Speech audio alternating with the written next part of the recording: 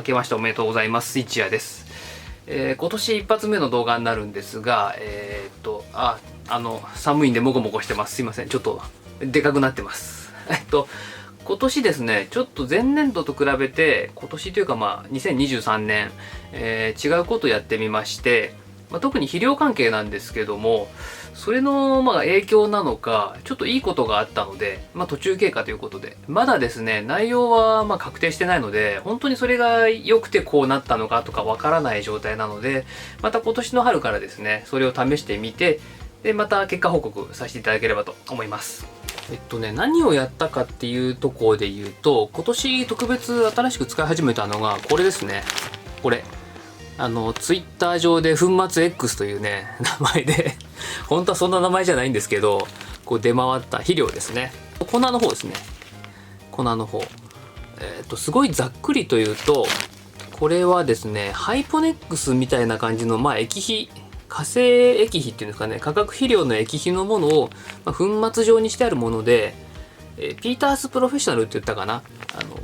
業務用なのでむちゃくちゃ量あるんですけど、それをこう分けてもらって使ってみました。結果から言うと何が起きたかっていうと、あくまで僕の持ってるものの中だけなんですけども、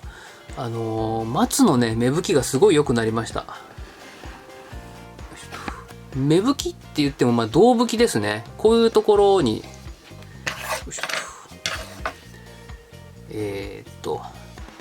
こういうところ、こことか、あとこっちの方もちょっとぼやけてるんですけど、いっぱいあって、すっごいあちこちからね、胴吹きしてるんですよ。こんな感じ。これもね、ここも。こうやって出てると、切り戻しがすごい簡単ですよね、こことかね。よいしょ。あと他にもね、どっかいろいろあるんだな。今のところですね、多少条件があるなとは思っていて、まず絶対芽吹かなかったっていうか、全然胴吹きしなかったものとして、この黒松ですね。これは全く胴吹きしなかったですね。おそらくなんですけど、この感じですよね。鉢をむちゃくちゃ締めてやって、もう明らかパンパンでしばらくこのままだったので、この状態だとあんま出なかったですね。つまり何かっていうと、おそらくは根が伸びれるような、健全にこう元気になるような状況じゃないとまず無理なんだろうということだろうなっていうのは分かりました。これ結構古いので未消してて、今更どっかから胴吹きって感じでは本当はないんですけど、もちろん植え替えたのもあるんでしょうが、枝抜きとかは全然しないでも、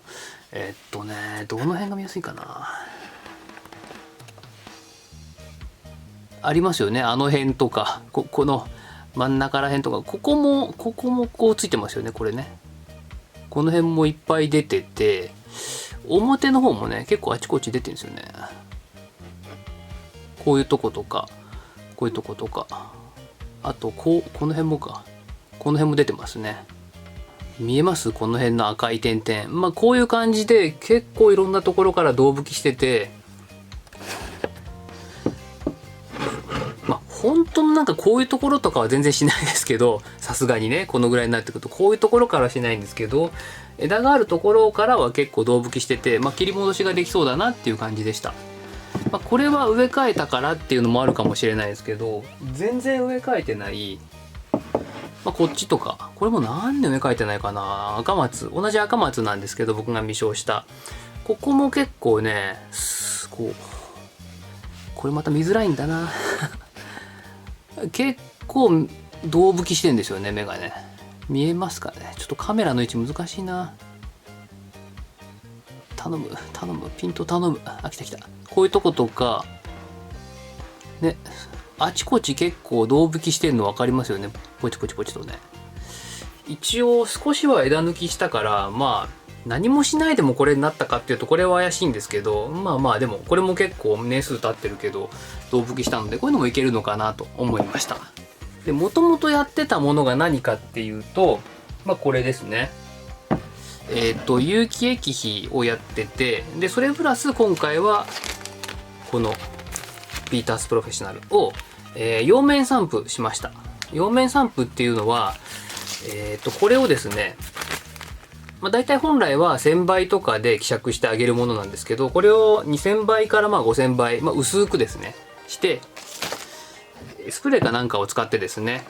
この葉っぱにこうかけます。でこの葉っぱから吸収させるっていう方法ですね。それをやりました。あと変わったこととしては、今年からこのバイオスティミュラント資材っていうのを使ってて、植物に刺激を与えて環境に強くしようっていうものなんですけど、これは多分芽吹きにはそこまで関係ないと思うんで、やっぱ肥料の方かなと思ってます。で具体的になんかこう変化があったかっていうと、肥料がこっちにも入ってて液肥で葉っぱからも吸ってたので、むちゃくちゃ今回松は伸びました。伸びよって葉がすごい長くなりました。でそれはやっぱり肥料の上げすぎなのかなっていうところがあったので、来年以降は、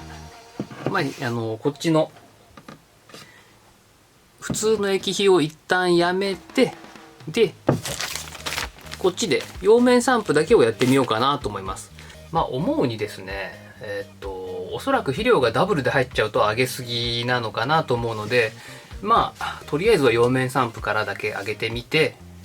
でどうなるかなっていうのをちょっと試してみたいなっていうとこと、あとはですね、直接地面というか、土のところに肥料をまかないので、ここに有機物が残っちゃうことによる、放線菌だっけかなとか、藻類が増えて黒くなるのを防げるんじゃないかなと思って、その件も含めて試そうと思ってます。でちなみにですね、効果があるなって感じられたのは赤松と黒松と、あとちょっとあるかなっていうところで五葉松、